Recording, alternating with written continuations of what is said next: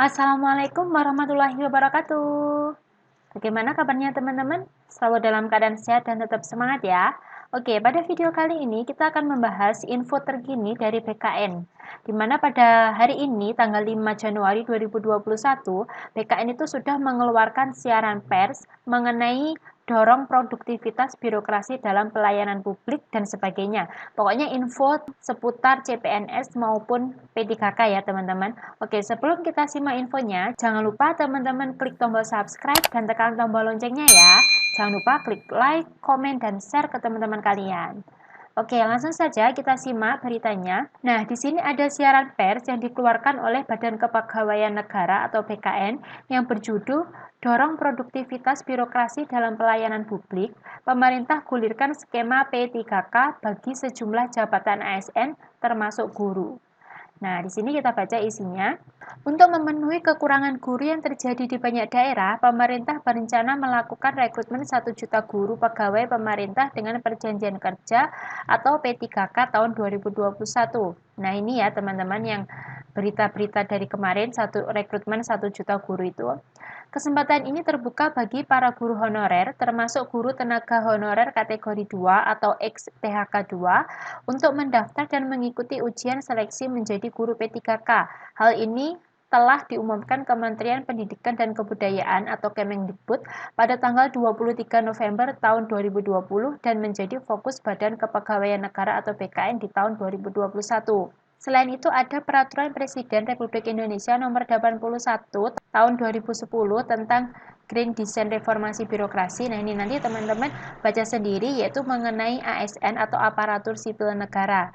Langsung saja kita ke undang-undang yang selanjutnya, yaitu Undang-Undang Nomor 5 Tahun 2014 tentang ASN, menyebutkan pegawai ASN atau State Civil Apparatus terdiri dari pegawai negeri sipil atau PNS dan pegawai pemerintah dengan perjanjian kerja atau P3K.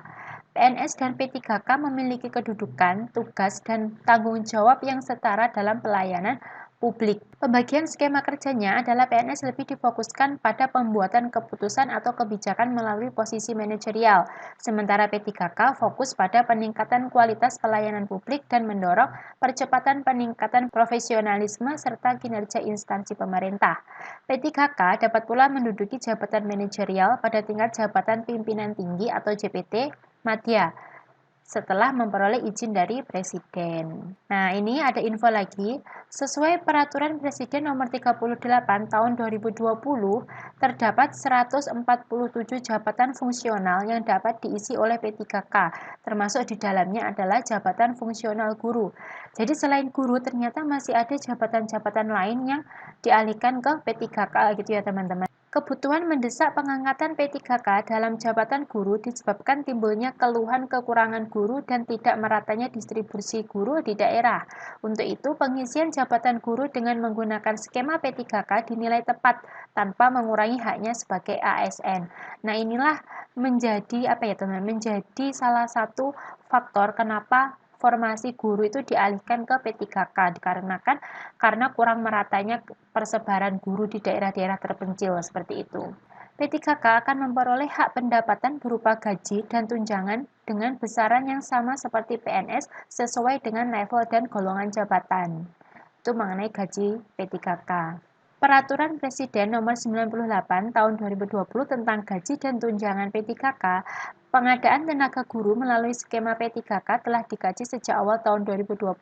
Terkait dengan perencanaan dan pengadaan, telah dilakukan koordinasi antara Kemenpan dan RB, Kementerian Pendidikan dan Kebudayaan, Kementerian Dalam Negeri, Badan Kepegawaian Negara, serta pemerintah daerah. Kebijakan ini dinilai akan mempermudah manajemen guru dan dapat secara signifikan meningkatkan output kualitas pelayanan pendidikan. Terkait dengan hak perlindungan, P3K tetap memiliki hak yang sama dengan PNS seperti hak cuti dan hak untuk mengembangkan kompetensi. Selain itu, P3K juga mendapatkan perlindungan jaminan hari tua, jaminan kesehatan, jaminan kecelakaan kerja, hingga bantuan hukum seperti yang diperoleh PNS sebagaimana tercantum dalam pasal 22 dan pasal 106 Undang-Undang Nomor 5 Tahun 2014 serta pasal 75 PP Nomor 49 Tahun 2018 tentang manajemen P3K. Nah, untuk kelebihannya yaitu untuk pendaftar P3K ini adalah pelamar tidak terkait batas usia maksimal 35 tahun seperti yang berlaku bagi PNS. Seseorang jika memenuhi persyaratan yang ditentukan dapat mengisi jabatan P3K pada posisi yang diinginkan. Dengan rencana rekrutmen melalui skema P3K ini, seorang calon P3K tidak harus meniti karir dari bawah melamar pada jabatan fungsional jenjang pertama, kemudian bertahap menjadi jabatan fungsional jenjang muda, dan seterusnya seperti yang biasa diberlakukan bagi PNS melalui kenaikan jenjang jabatan. Nah, ini ada perbedaan mengenai PNS dan P3K, yaitu pada sistem pensiun yang ada sekarang ini terletak pada jaminan pensiun. Namun tidak tertutup kemungkinan P3K memperoleh pensiun melalui perubahan mendasar dari skema pensiun Pay as you go atau manfaat pasti menjadi fully funded atau iuran pasti. Dengan perubahan sistem pensiun dan jaminan hari tua ini, tidak terdapat perbedaan kesejahteraan signifikan antara PNS dan P3K. Dan yang terakhir ini, teman-teman, inilah yang menjadi berita viral hari ini.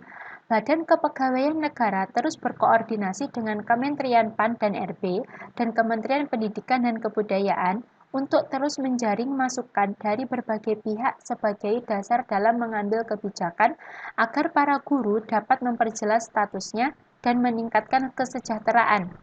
Hingga saat